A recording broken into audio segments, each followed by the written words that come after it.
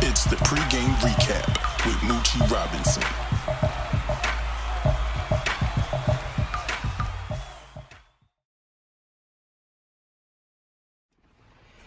What it do, Eagles fans? This is your boy Moochie coming back for another video on the Baltimore Ravens versus the Philadelphia Eagles. These are my thoughts on the game. Week 6, will we pull through? That's the question. We are 1-3-1 now. Here's my thing. The next 5 games, I was thinking we were going to go 5-0 for the next 5 games. And that was going to lead us to 6-3-1. But in case if we do lose this game, which I'm fine with, only because we still putting pieces together. If we're 1-3-1 and we came out 4-1, we'll be 5-4-1. And the crazy part is, after doing the math, if we became 6-9-1, we would still have home field advantage if we pull through with the NFC, as far as beating Cowboys, Washington, and the Giants. So about the Ravens, it's like, how can we contain them? You're talking about Lamar Jackson, you're talking about Hollywood Brown, Boykins, Andrews, Speed, and then the running backs you got Ingram, Edwards, and Dobbins. Like, that's like a crazy headed monster team as far as speed goes, and power backs. The only thing I could see on trying to stop, and that's the thing, they said they're trying to find their identity. I don't know what they're talking about because they're 4-1 right now. But as far as their identity, I guess, on as far as throwing the ball, we have to contain Jackson as far as throwing the ball. They said he had a bad knee right now, so I guess that's probably why he's not connecting his throws like he ought to be or should be, which is, I mean, that's an effect on us that we can stop him. I mean, our pass rush is not as good, but we definitely got the sacks. As long as we can sack him, try to sack him. See, the thing is, if we try to do that, he got a running game. If he don't abide by his throwing, of course he's going to run the ball. So it's like, what else can you do? The only thing I have a problem with, as far as Jim Schwartz and his defense and all that, as far as the cornerbacks, we giving these wide receivers too much respect on the speed. I mean, we're going to have to bump and run. I don't have a problem. See, the thing is, we kept saying, let's play man coverage.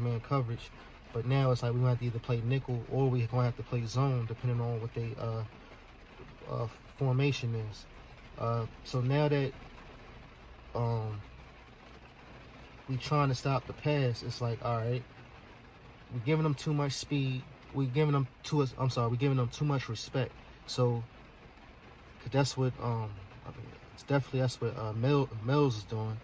Like, he off the ball, and he's, like I said, he's twirling like a ballerina, trying to stay up with the run when they're going in different ways and everything. So it's like, what's going on? So now that we got, hopefully Darius Slay is back, Will Parker, Ronnie Coleman, and Mills. Even though I don't want Mills, it's like he's not good at cornerback and strong safety. So it's like, I just don't understand what's going on. We can't take him out the game because he's a captain.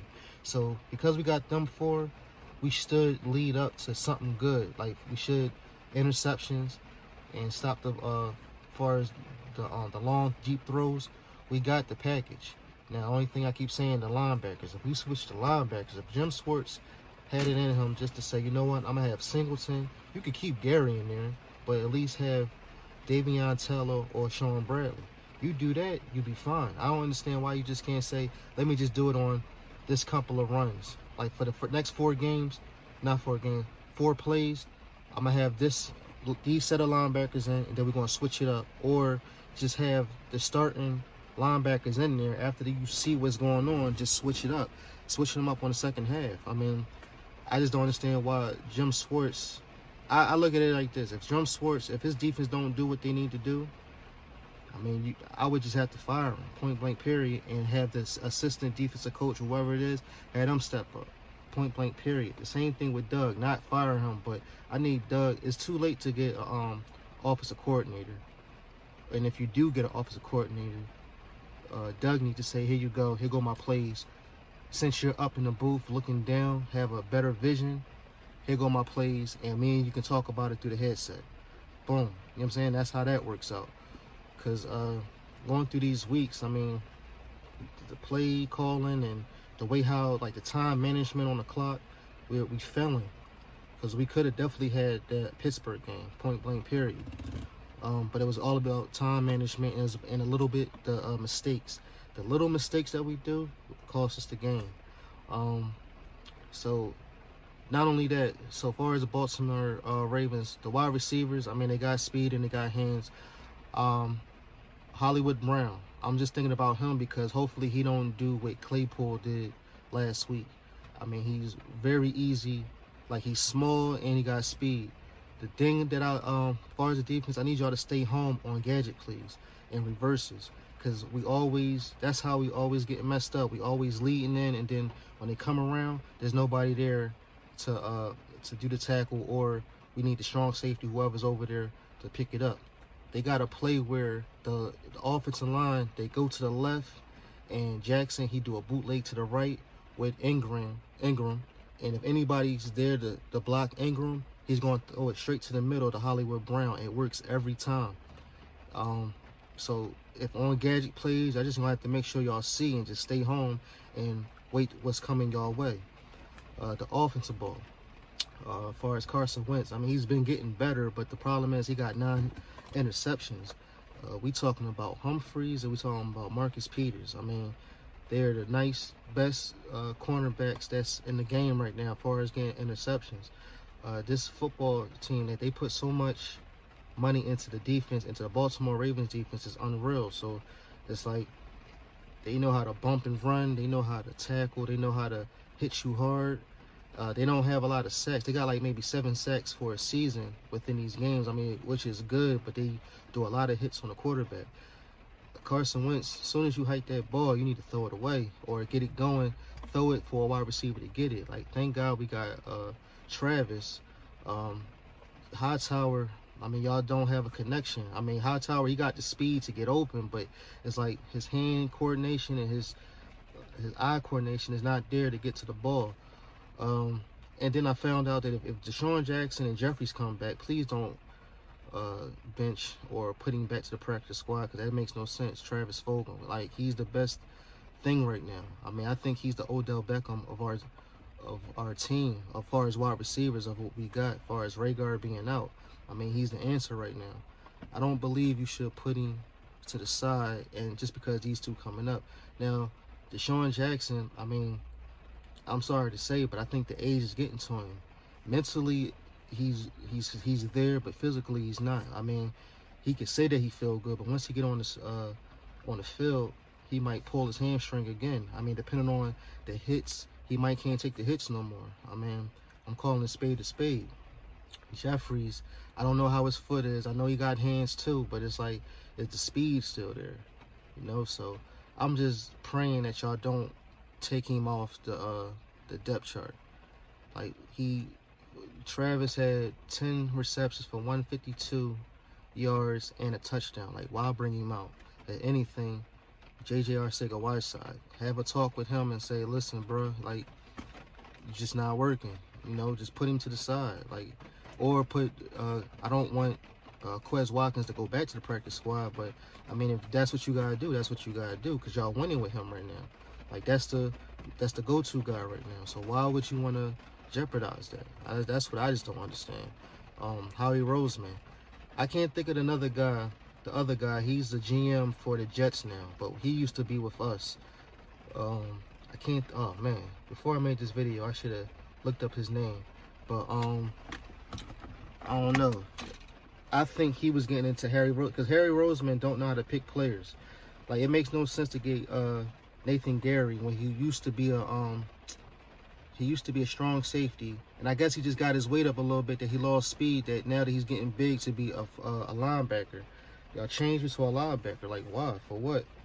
And then I found out that we have the lowest money as far as getting linebackers.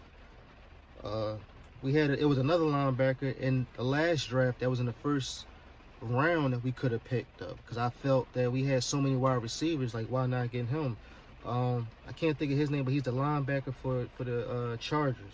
Let me know in the comment who that linebacker is. But it's just Murray. It was Murray. I'm thinking let's get him as a middle linebacker because we need linebackers, and we can get a wide receiver later on down in the draft. I'm talking about the last year draft, but we didn't grab him. So now that we got Singleton, at least Singleton came in. I've seen him do 2 thorough tackles and an interception in the 49ers game. So you need to start him. Like, why not start him? TJ Edwards, Bull Riley, he's not doing it. Ridley, he's not getting it. Like, he ain't there. GM for the Jets, New York Jets. The New York Jets general manager is Joe Douglas. Joe Douglas, yeah. Joe Douglas used to be with us for the Eagles, and I think he was in Howie Roseman era as far as picking certain players. And that's why, because every time you hear Howie Roseman saying, we thought that this was the certain type of player we should get. Because, again, we could have had Metcalf. We could have had CeeDee Lamb. We could have had Justin, the wide receiver for Minnesota. We could have had all these thorough wide receivers, but yet we got Rhaegar. And Rhaegar is hurt.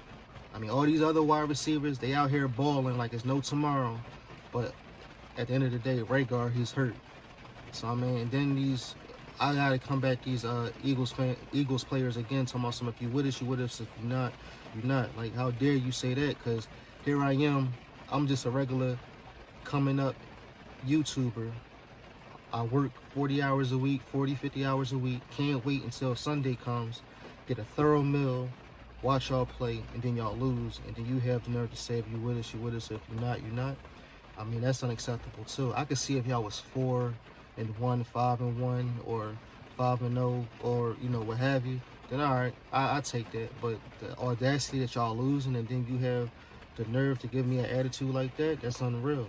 So, but again, this could be an upset. We got fans in the and we got fans now coming in 7,500. I'm sorry. Maybe that will give us the motivation and the spark that we need to pull this win off. So I don't know. My prediction, I would say 34-31 because it's going to be a close game. It's always going to be a close game. I don't think it's not going to be a shutout as far as Eagles' perspective. Now the only thing that I like is that if the Ravens do get a touchdown, we come right back and get a touchdown. I don't want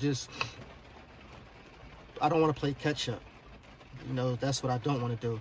I don't want Carson Wentz to be like, all right, after I finish, like after the game, I don't need him to keep saying I need to look at film to see where I messed up at. You already done said that for 4 or 5 weeks right about now. Like, how much film do you need to look at to say, you know what, I need to do this better, I need to do that better. That's what practice is for. So until then, I don't know what else. Hopefully we get this win and we keep on moving. And like I said, we're 1-3-1 now. Like I said, my predictions for these next 5 games, if we get them, that'd be thorough if we came 6-3-1. But if we lose this game and come up as 4-1, I don't have a problem being 5-4-1. As long as we get these wins together. And at the end of the day, if it comes down to it, if we at least 6-9-1, we can still have home field advantage if we come out on top on the Northeast, the North, the conference. Another thing about Zach Ertz. Zach Ertz is there. Like, he's not worried about stats. I get everybody saying he wasn't there with the last game and all this, that, and third, but he's like, he had a bad game. he just couldn't connect. He's not worried about the stats. I'm pretty sure he's worrying about the money. And of course, the money going to be on your mind because you figure you've been here so long, I need to get paid. Now, I feel if you was to pay him, he'd probably be paying him a lot better. Why? Because he got paid more. Now he feel better about himself. But how much do you have to work just to get this money? He did what he did in the Super Bowl. He did everything that was asked for. Pay him. Once you pay him, he would probably been playing way better than what he is now. So I understand, but at the end of the day, like you said, it's not about stats, it's about the win. If you get the win, they can care less. Like, you see how J.J. Arcega-Whiteside not doing nothing, but he's out there, hooray, hooray, you know what I'm saying? And, giving kudos, saying because Like, he's giving props, but he's not doing nothing. But he's out there being excited because, you know, he's cheering on his other teammates. You know what I'm saying? So until then, like I said, pay him. We can get things going. So I'm gonna holler at y'all at the next my next video after the game. Until then, this is Moochie Robinson. I'm signing out. I'll holler at y'all.